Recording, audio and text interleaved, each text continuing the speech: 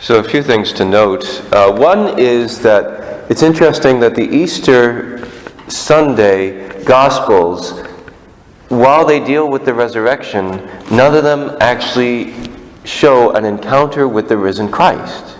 It's always with the empty tomb. That's how the church chooses the gospel. It's always first the empty tomb. And of course with Mary Magdalene and Peter and John, as we heard yesterday, it was like, well, what's happening? Where's the body? On Saturday night, they do the one, that's from John on Sunday. On Saturday night, they choose the one for the year. So this year we heard from Luke. But Matthew is today's gospel where they encounter Jesus. And it's like, it says, while they were going, some of the guards went into the city and told the chief priests all that had happened. All what that had happened. Because obviously we didn't see a whole lot going on in our readings. Well, we'll hear it next year on the Easter Vigil. But the Matthew Gospel talks about how there's this giant earthquake and how this angel appears and the guards are frightened so much that they fall on their faces and as if they were dead. That's what they go and tell the chief priests. That they saw this angel and there was this earthquake and all this stuff. They didn't see the resurrected Christ, of course. The women didn't see it at that point.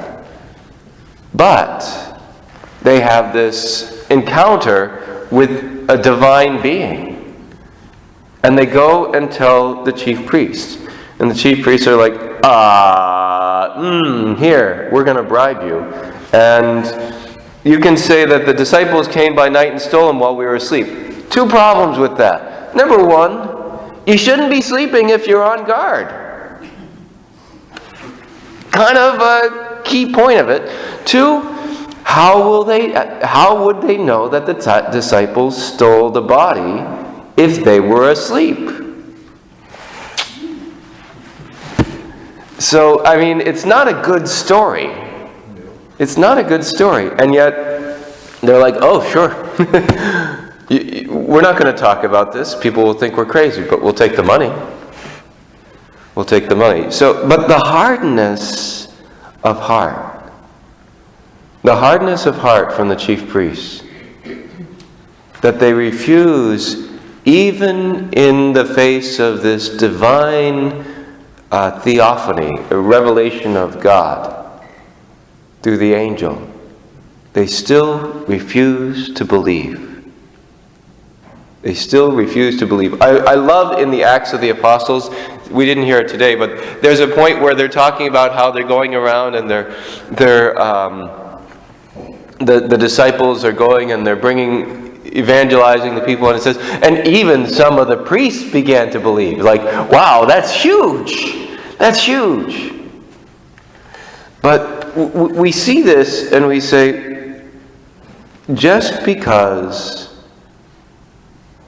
Jesus is risen from the dead doesn't mean life is now smooth and we're on easy street.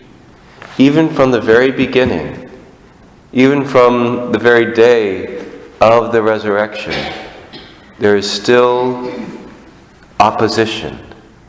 There's still struggle. A lot of times we can think, well, my life is going to get better if I can just follow God more closely. If I can finally get this sin out of my life, if I can finally, then it'll all be good. No. As if you've read the book at all, life is messy. Life is messy. And just because we do the right thing or say the right thing doesn't mean it's going to take care of the mess. God moves within us and He helps us to find peace, to find joy, to find meaning in the mess. But it doesn't mean that just because we're following God, the mess will go away. Now, the mess will go away someday, but that's when we're there, not here. In the meantime, we're always going to have that mess. We're always going to have problems. We're always going to have opposition to our faith. May we allow God to come and touch our hearts and to give us the strength, even amidst opposition, even amidst the hardness of hearts of so many, to be able to be witnesses to the resurrection of Christ.